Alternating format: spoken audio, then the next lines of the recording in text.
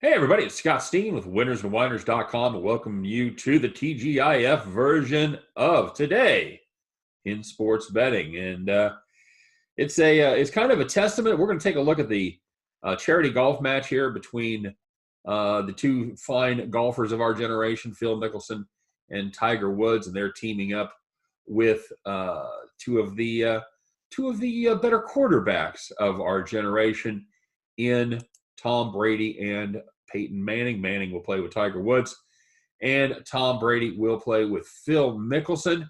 And who better to take a look at it than my one and only partner in crime here, Winners and Winers cohort, coming all the way from New York. He is Scott Reichel. Scott, ready to talk a little golf today? Yeah, definitely. I feel like after last week got the ball in motion with regard to golf and skins competitions and stuff like that. Makes perfect sense to have another week of golf. Am I a fan of the format of this event? Not really, but we'll get into that in a little bit once we actually start the breakdown. But I feel we can agree it's better to have something than nothing, and I feel like this definitely falls under the quote-unquote something category.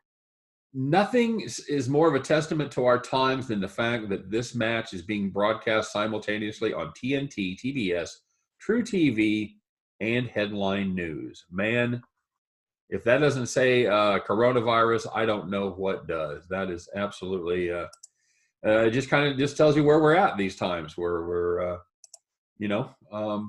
we're starved for sports entertainment, if you will. So Yeah, it's been a pretty big week for Brady. He's got the golf competition coming up, and it was announced yesterday that they're going to be having a 9-part documentary on pretty much his career.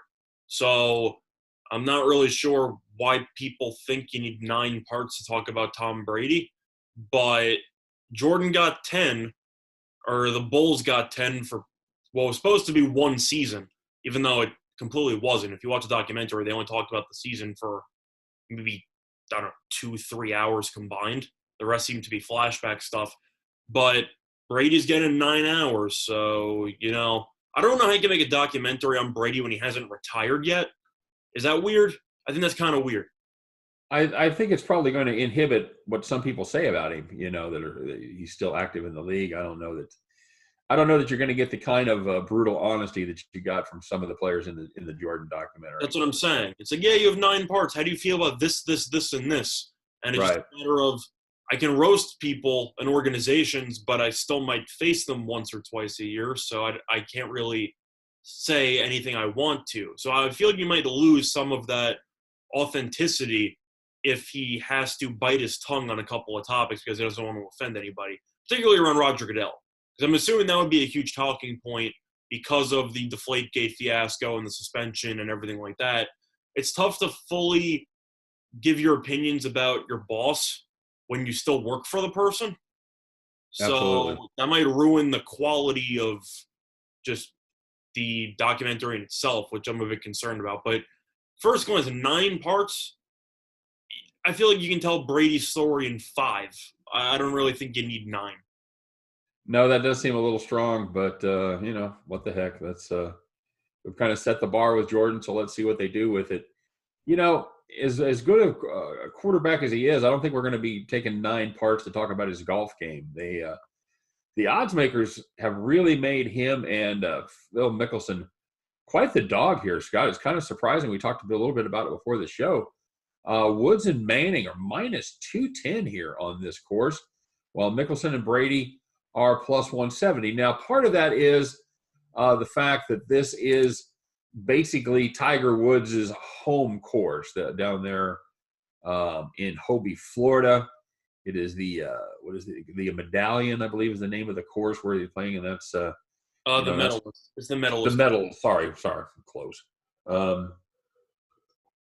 So I don't know if that's the big factor, or if we're looking at the fact that Manning is just that much of a better golfer than Brady. It doesn't seem to be a lot of information on these guys out there. Scott, what have you been able to dig up on the golfing prowess of our two quarterbacks? What I've discovered is that it should be a relatively ugly golf match whenever these two guys are actually shooting. And when I say that, Brady, I believe, has gone public, and he said that he played on this course once before, and I think he shot like 20 something over. And Peyton, I don't think has played on this course before, but he has played golf with Brady before. On Peyton's Places, for example, they ended up having a brief joke where they were golfing at Jim Nance's backyard because he has some golf hole setup stuff. So they've golfed before. I'm assuming they're probably somewhere in the same ballpark in terms of skill. Is it that existent? No. But both of them seem to be recreational golfers, and I think both of them are probably around the same handicap, with Peyton being a little bit better. So if you're expecting to see Brady and Manning look extremely sharp in golf, you should probably not watch the match, because I think based on the handicapping and based on the odds you have for certain props for Brady and Manning, both of them are probably going to struggle, and I think that's an understatement. Yeah, and it's kind of an interesting format. They're playing two different formats there. They're playing four ball, or what they call best ball, on the front nine, and then they are playing alternate shot on the back nine. Anybody have the advantage there, the way you look at it, Scott? So the way that I would have to assume on who would be favored, it would be Tiger, because it's literally his home course. And I know that we've Right. talked about this before, but if you are in the situation where you're doing best ball and you're alternating shots here or there, I feel like since there are no caddies, there probably won't be any caddies there. I actually don't know the answer to that, because I know the golf tournament last week just had all four players carry their bags. Wouldn't you agree you'd rather be getting advice from Tiger Woods going into your shot, since he basically invented the golf course? Yeah, I got to think that would be kind of a plus there, is you might want to tell you to lay up to the right or something like that. Yeah, I mean, and it looks like that's what's been baked into the odds, is they've made them better than a 2-1 favorite. It looks like Manning and Brady are each going to receive one shot on holes 3, 6, and 8, and we'll talk about hole 5 here in a minute. But is that going to make a difference for you? I'm assuming that's all the par fives, eh? Yeah, I think that makes no difference whatsoever. What you have to keep in mind is that you're giving a handicap to one stroke, or potentially even more strokes, to two players who probably will shoot 20 or 30 over on this course. I'd say the entire front nine is just going to be between Tiger and Phil. I think Brady and Manning are just going to be there for the sake of four ball, but neither of them are going to have any of their actual holes, I'd say, qualify in terms of performance. I just think it's going to be Tiger versus Phil for the front nine. You should see it get pretty ugly early on, especially with how difficult the Medalist Golf Club course actually is. As much as I want to say it's going to make an impact, I really don't think it will in terms of the handicap, because of the fact that I just think Tiger and Phil are going to hit the ball on average probably around, what would you guess, like 80 yards further on every drive? I don't know. Now, that is the one place where, some of these guys can at least get close as far as the drives go.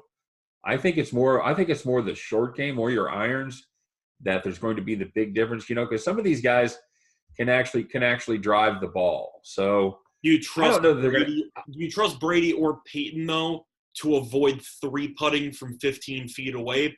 Probably not. Right. Yeah, I don't know that they're going to outdrive him by 80 yards, I would say. That was an I would, exaggeration, but I'm saying they're probably not going to be using, especially for the four ball. I have to assume that with the approaches and with the, just the putts, along with just the experience of the course and how much experience Phil and Tiger have in comparison to Manning and Brady, I really just think that they're just going to be standing there. And I don't really think that either of them are going to provide much of a spark or much of an impact, at least in the early goings, because their shots are essentially optional, since you can just use best ball between Phil and Tiger. So I right. really don't think their presence is going to matter too much, besides just making an interesting spectacle on television for at least the first 9 holes. Are we on the same page there? Absolutely. I'd like to see a bet on what the over under is on a number of shots from the quarterbacks that they play in the front nine.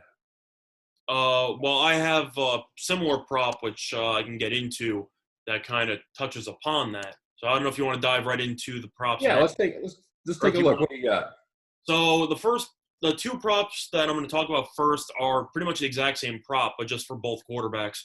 I like Brady under point 0.5 birdies, so Brady no birdies at minus 125 on Fox Bet. And I also like Peyton Manning under zero point 0.5 birdies, so zero birdies once again at plus 110 on Fox Bet. Both of them for 1 unit. And the main reason why, some of you might be wondering, well, why would you take that? It's 18 holes. And the answer that I have for that is twofold. One, it's without handicap. Handicap is not included in this prop. It's stated directly on Fox Bet. Handicap is not a factor. It just means official strokes. If it's a par 5, you need a 4. So just because they get 3 extra shots doesn't mean anything. So I think it's almost impossible for either of them to birdie any of these holes, with the exception of maybe a par 3 if they hit a ridiculous shot off the tee, which I just don't see happening. So handicap's not included. And the second reason is because it's only for the first 9 holes. Because you have to keep in mind, they're going to be alternating shots in the back 9. Right. So that doesn't count as a birdie for Brady or Manning because it's team oriented. The only time they're actually taking individual, holes is in the front 9, because whether or not they use their ball or they use their pro golfer's ball, all 4 of them are still participating in the given hole. So this prop, as far as my understanding is, these two props are only for the front 9. So for that reason, under half a birdie, I have to take that. There's no handicap involved, and you're only betting on half the holes. I think that both of them should struggle a lot early on. So I'm going to take the 0 birdies by Brady and the 0 birdies by Manning, and those will be my first 2 props. I like both of those. I think this is a situation where, like you said, these recreational golfers are certainly going to be overmatched on the length and quality of the golf course. I don't think these guys are. They're not scratch golfers. They're probably what would you guess? Somewhere in the 18 handicap range, about a stroke a hole, somewhere in that neighborhood. Brady said he played on this course once before and he shot somewhere around 20 something over. So yeah, this is going to get ugly before it gets better. If it included handicaps, then maybe I would consider taking an over, maybe a sprinkle. But with no handicaps, I don't know how they're supposed to birdie a hole in the front 9. Besides maybe the most ridiculous shot off the tee in a par 3. And even if they get it within 10 feet, are they guaranteed to make the putt? No. So No, I'll take the not. no on that one. Okay. I think that's a solid play.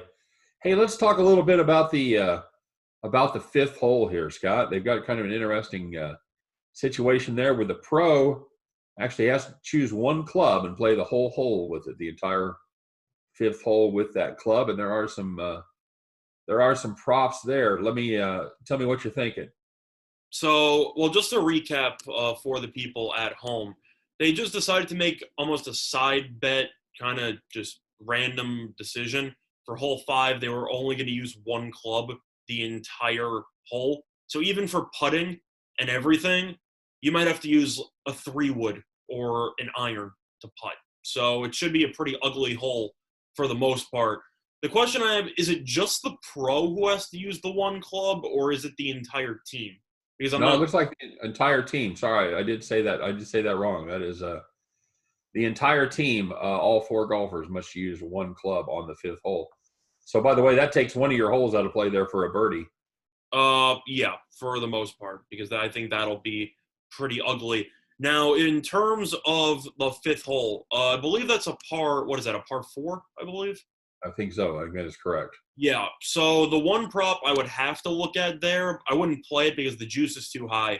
Will any player make par or better on hole number 5? The no is minus 145 on Bet Online, and I feel like you have to take it. And the main reason why is because of the fact, since you already know that it's going to be the same club every time, even if it's a par 4, and even if they could hypothetically make it to the green, which they can't, they're not going to take a drive or anything. They're probably going to end up taking some type of either maybe a 7-iron and just hope to nickel and dime it down the course for the hole. That would be my assumption on what they would do, which means I would think you'd take a club you could reach the green in 2. But I'm So assuming you probably use a 7-iron or something like that. yeah, in fact, there's a prop on that about what club they're going to use, whether it's going to be a 5-iron or lower, or a 6-iron or higher. So there's actually a prop bet on which iron they're going to use, and the 5-iron or lower is the prohibitive favorite Yeah. for the pros. Tiger Woods is -195, and for Phil for -195 for a 5-iron or lower. So it looks like the strategy is to get a club there, 4-iron or 5-iron that they can get to the green in 2 and then take their chances. So Yeah. So the issue that you're going to have, though, and the reason why I'd lean to the no is because I think a birdie's out of the question. A birdie's yeah, almost exactly. impossible. So the thing you have to wonder is, can any of these guys make par? I think for the sake of the one club challenge, throw the quarterbacks in the garbage. I don't think they have any chance in hell Right. of birdieing only using one club, and that even includes putting with one club. So that's not happening. Brady and Manning are not going to struggle putting with a putter the entire time and then drill a 30-footer with a 7-iron on the green. That's not happening. Seems unlikely. Yes. So they don't matter for the sake of this. So now the question you have is with Phil and Tiger, and you can maybe make an argument that they're professionals. Maybe they can putt with the iron, kind of like Kevin Costner and Tin Cup. Right. Never misses with the 7-iron. But in reality, what do you think you're looking at? A minimum of a 2-putt on the green? Oh, sure. Absolutely. So you have to not only hit your first shot pretty much on the green, you have to, yeah, on the fairway, I mean, you have to hit your second shot for the most part on the green as well, and then you have to 2-putt. Wouldn't you agree that if any of these golfers hit it either in the rough or just anywhere, I don't know if there's a bunker on the hole. I assume there has to be. You're going to hit it out of a bunker with a 7-iron? Yeah, that's definitely going to that's going to be quite a challenge if they get off the fairway in any way, shape, or form. I think that I imagine the strategy is going to be is try to hit it as long and straight as possible on your drive, and leave yourself a shot where you would normally use somewhere in the neighborhood of that club. So it's possible they may get it close enough to just to have one putt, because of all the shots that'll be most normal, it should be this. It should be your approach shot. Should be the second shot, right? That would be my assumption, but I'm not really familiar with the conditions. Plus, the golf course in general, we've already talked about, is one of the toughest courses on the planet. So it's Right. not exactly a layup just because it's within range for your average iron shot. Am I going to True. bet it at -145?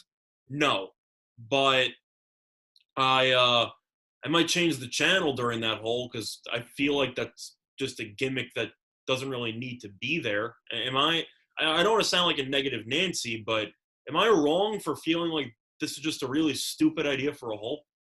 Oh, you know what? I think it'll be entertaining, and I think the part that'll be entertaining is everybody's going to be wearing a mic, and everybody's going to be wired for sound. You'll be able to talk back and forth with the announcers and things like that. So I think it's going to be more for this is. Let's face it, Scott. This is all about entertainment. This isn't about high quality golf. So I think it's an entertaining twist. You know what? I'll watch it. I think that'll be a fun hole. I'm not gonna actually change the channel in the middle, but I don't know. I feel like the fifth hole's a little early. I feel like that might be the issue that I have. It's like you just show up, you get to see Brady and Manning look like idiots for the first 4 holes, and then they're just like, all right, time to break out the iron challenge. And I'm just supposed to look at Brady and Peyton and just not expect them to shank one into the woods.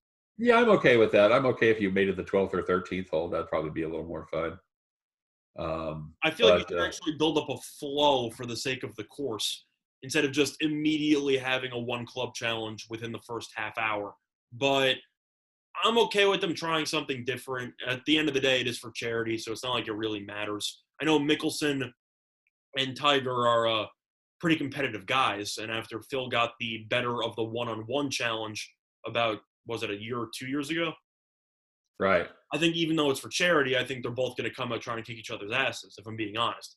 But I agree, since it doesn't really come down to anything significant besides bragging rights, and then I don't think it's really going to matter because regardless of who actually wins, the biggest winner is going to be charity because the whole thing is for charity. So that's really all that matters. Agree. Now there is a number of props. Scott, lay out a couple of your favorites here. All right, so I'm going to talk about a couple of other props that I have. One of them is on DraftKings. This one actually moved in my favor, so I slammed it yesterday.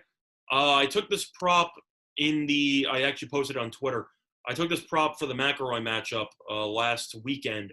I took no chipping at roughly, I forgot the exact number I got on that, but anyway, I ended up taking no chipping.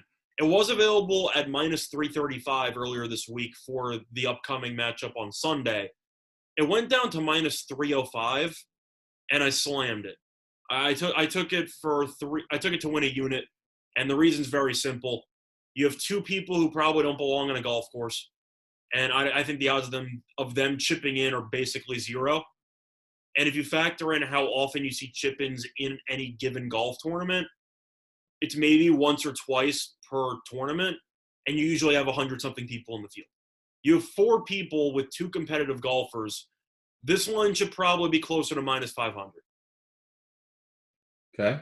Am I? All right. So I love the no chip in there. I think that's a steal, especially on such a tough golf course. I think that most of the time you're going to see either Phil or Tiger try to, I'd say, be a little bit more conservative when it comes to the fact that their teammates are basically going to be useless for the entire thing. And since you're alternating shots on the back nine, you might have, I'd say, Brady or Peyton hitting the approach shot. Not ideal. So I think you might lose some opportunities there to actually get a chip-in opportunity, and chip-ins are almost impossible to get anyway. So minus 305, I'll take that to the bank. Okay, very good. You have any thoughts? What's that? You have any thoughts on that? No, I think that's all solid logic, especially when you talk about throwing out basically the fifth hole as well. You know, that gives you a little better than a 5% advantage right there, just throwing out one of the 18 holes. Yeah. And then when you talk about alternating shot format on the back nine, yeah, I totally agree. I think I actually want to touch on one other thing. In case you were worried, 2 points. In case you were worried about, well, what if they putt it with a 5-iron? It doesn't matter. It has to come from off the green. It doesn't matter what club it is. It has to be an actual chip or approach shot. So it doesn't really matter with the one club challenge for the most part, besides the fact that they might just be playing it safe because they don't want to get themselves in a precarious situation. But the other point I was going to make is that since it's match play for its entirety and the money's going to charity and each individual hole does not have a charitable value like it did last week, you can potentially call the match early because it's a blowout. right. So if it's 6-5 and you're at hole 14 and one team's up 6, it's over. Right. So you can wave the flag and miss out on like 5 or 6 holes, and you just win. And there is a prop about exact finishing hole when the match is decided. Any interest there? Well, I meant one of my favorite plays on the card is actually available on Bet Online, and this line was at minus 120 earlier in the week, but it went up to minus 135. It's the question of whether or not the 18th hole will determine the winner, and the no is minus 135. I love that play. I think that, especially considering the fact that Brady and Peyton are two huge wild cards when it comes to this course, if one of them is even slightly better than the other one, especially on the back nine, this could get ugly. And I think that even for the front nine, when you have Tiger versus Phil for the most part, it's Tiger's course. So Tiger could easily be up a stroke or two going in to, or a hole or two going into the back nine, and then all chaos is going to ensue because you're going to be alternating between real golfers and fake golfers. I think that could lead to a potential blowout.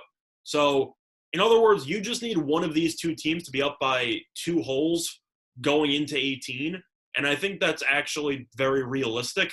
So for that reason, the no on the 18th hole mattering is at minus 135. I would take that. I'm going to take that also for 1 unit.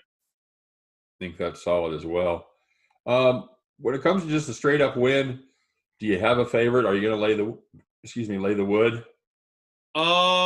If I had to pick anybody, I'd pick Tiger, especially on this type of course. I know Michelson tends to perform well in these wager situations because Michelson is a very underrated gambler, and I'm sure people who follow the tour know that. But if you don't, Mickelson loves to throw some money down every now and then.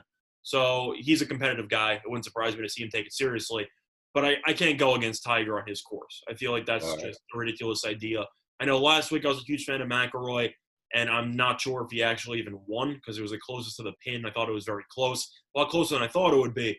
For the sake of this one, I got to lean to Tiger just because, according to projections, Peyton's better than Brady by even a slim margin. He's still better, and Tiger's better than Phil.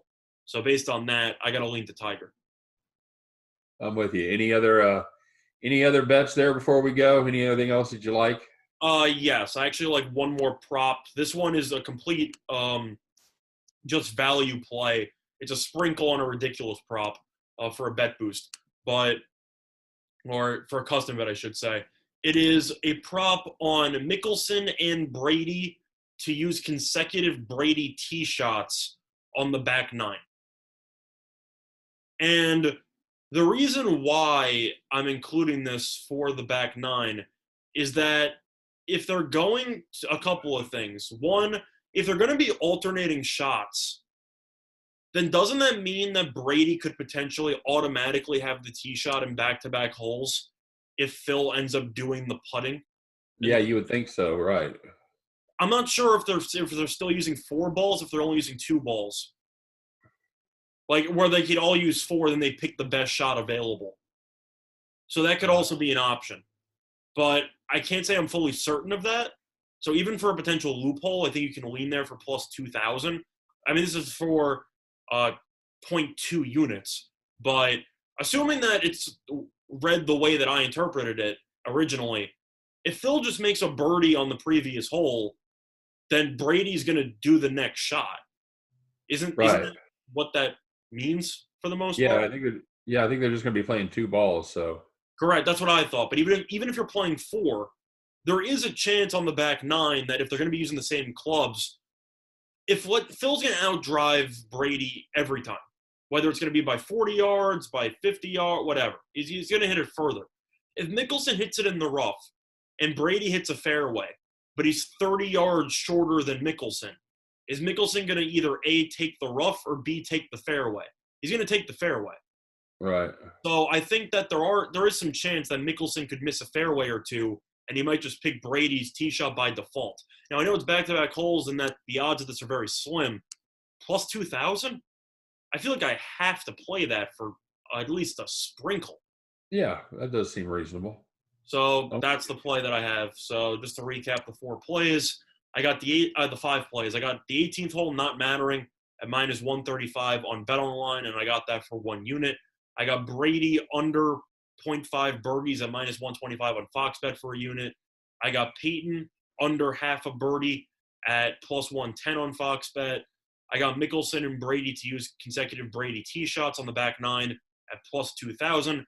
And I also got no chipping at minus 305 on DraftKings, and that is to win 1 unit. And those are my 5 plays. There you go. All right, bud. That's a good breakdown. Should be a fun event to watch. I don't know how much high quality golf we're going to see, like you said, but it should be entertaining to see at the very least. Do you have any props that you like? I like. I'm going to take the underdogs there at plus money. It just seems like a little too long of odds to me. I do like your no par or better on the 5th hole.